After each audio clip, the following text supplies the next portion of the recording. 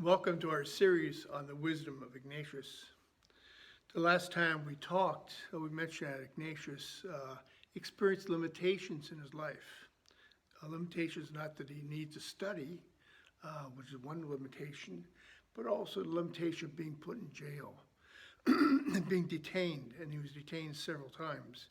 And Ignatius did not let these limitations get the best of him, but rather adapted to them and continued to be faithful and take opportunities to preach.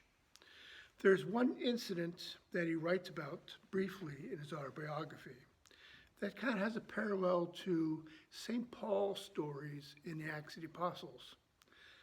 St. Paul was jailed, and at one time there's an earthquake, and there's a chance for Paul to escape from jail. He did not do this, but continued to stay in jail. And that converted the jailer, who discovered that Paul was still there the next day. There's a parallel with Ignatius. He's in detention with other prisoners in Salamanca, and for some reason or another, there was a jailbreak, a chance for prisoners to escape. Ignatius did not take the opportunity to do that, but rather he stayed in jail. And next day, when the jailers came to see what happened, they discovered Ignatius was still there. What do we learn from this? To continue to put our ministry into action, no matter what our circumstances.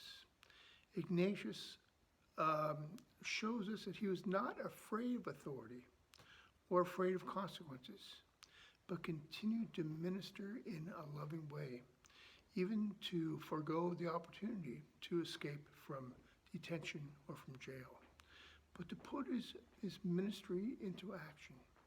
And we're called to do this each day, to look for ways which we can minister to others, to witness to others by being more loving, being faithful to the message, to God's life within us, and what we're called to preach. So that's today's lesson from the Autobiography of Ignatius. Thank you.